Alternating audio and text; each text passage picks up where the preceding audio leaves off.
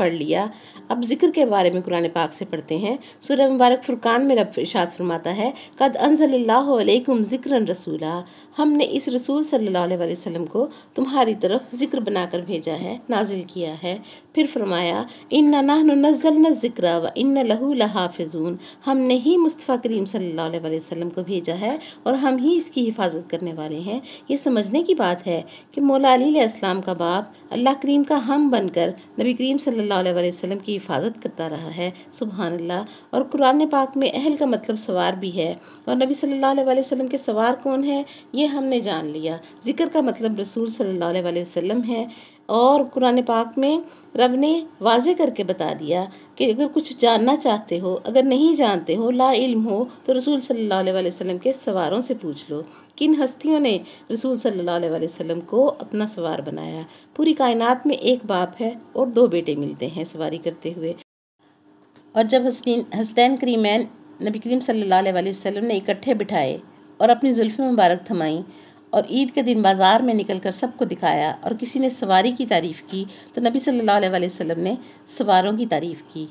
کہ صحابی رضی اللہ تعالیٰ عنہ نے نبی صلی اللہ علیہ وسلم کی تعریف میں بات کی تو نعت بن گئی، اور نبی صلی اللہ علیہ وسلم نے اپنے کندھوں پر سواروں کی تعریف کر کے واضح کر دیا کہ نعت پڑھنا صحابی کی سنت ہے، اور اہل بیت کا قصیدہ پڑھنا نبی کریم صلی اللہ علیہ وسلم کی سنت ہے۔ نبی صلی اللہ علیہ وسلم نے اپنے نواسوں کی تعریف بیان کی۔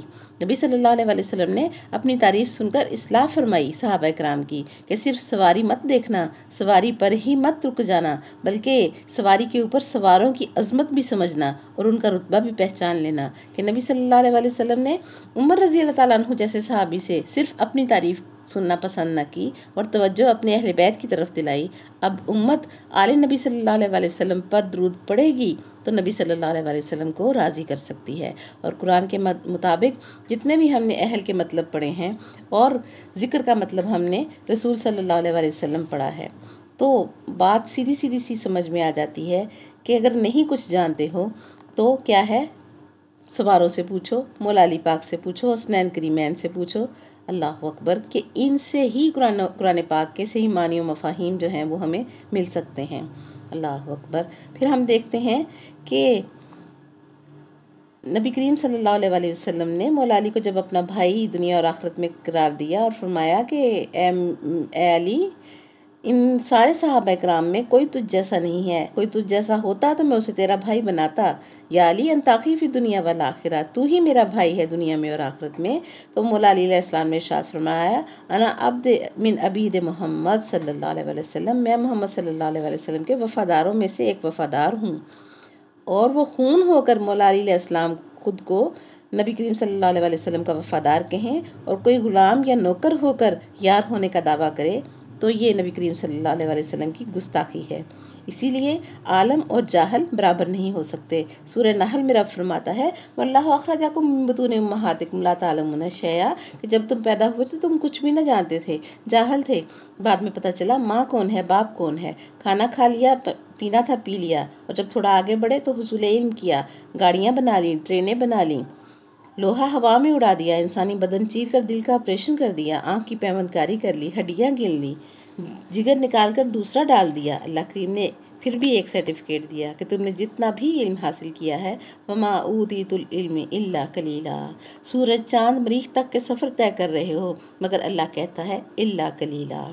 یہ قلیل علم اتنی ترقی کر گیا کہ اس کو قرآن نے جاہل ہونے کی سند دی ہے، پھر بھی یہ قلیل علم سمندر کی تہل میں چلا گیا، چاند پر ٹہل کر آ گیا، زمین کے کناروں کو ناپ رہا ہے۔ اب سوچیں، جسے قرآن جاہل کہے وہ اتنی وسعت علم رکھتا ہے، اور جس کو مصطفیٰ کریم صلی اللہ علیہ وسلم باب مدینۃ العلم فرما دیں، ان کے علم کی شان اور مقام کیا ہوگا۔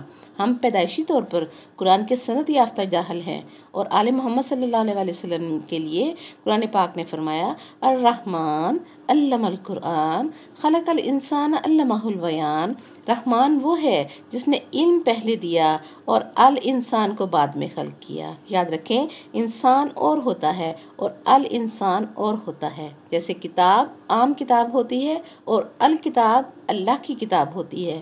اس لیے الانسان اللہ والے انسان۔ امام باقر علیہ السلام سے پوچھا گیا کہ مولا یہ کون ہیں جن کو علم پہلے دیا گیا اور خلق بعد میں کیا گیا؟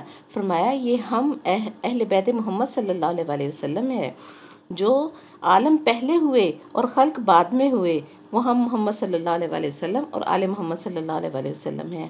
اور امام پنجم نے ارشاد فرمایا کہ کائنات کا علم باہر سے اندر آتا ہے اور ہمارا علم اندر سے باہر آتا ہے۔ سبحان اللہ۔ اور جب وجہ پوچھی گئی کہ اللہ کریم نے آپ کو پہلے علم دے کر بعد میں کیوں خلق کیا، تو ارشاد فرمایا کہ اگر وہ ہمیں پہلے خلق کر کے بعد میں علم دیتا تو تم لوگ سوال کر سکتے تھے کہ محمد صلی اللہ علیہ وسلم اور آل محمد صلی اللہ علیہ وسلم کتنی دیر تک جاہل رہے، ہم کتنی دیر تک علم سے دور رہے۔ اسی لیے اس نے علم پہلے دیا اور ہم کو خلق بعد میں کیا۔ یہ وہ خاندان ہے جو کائنات میں آئے تو عالم تھے، القرآن کا علم ان کے پاس موجود تھا، اسی لیے یہ ہر زبان کائنات جانتے بھی تھے اور سمجھتے بھی تھے، اور تحت الثری سے اوج ثریا تک کوئی بھی سوال کرے اس کا جواب دے سکتے تھے اور اہل ذکر کہلائے۔ اور یہ اللہ تعالیٰ کے بنائے ہوئے ہیں، اللہ تعالیٰ کے جو ہیں چنے ہوئے ہیں، بندوں نے ان کو انتخاب نہیں کیا ہوا۔ اس لیے ان کے ساتھ لگنا اور انہی سے علم حاصل کرنا جو ہے وہ انسان کو عقل سلیم ملاتا ہے۔ آج کے لیے اتنا ہی۔ وآخر دعوانا الحمدللہ رب العالمین۔ سبحانک اللہم وبحمدک ونشہد ان لا الہ الا انت نستغفرک ونتوب الیک۔ السلام علیکم ورحمۃ اللہ وبرکاتہ۔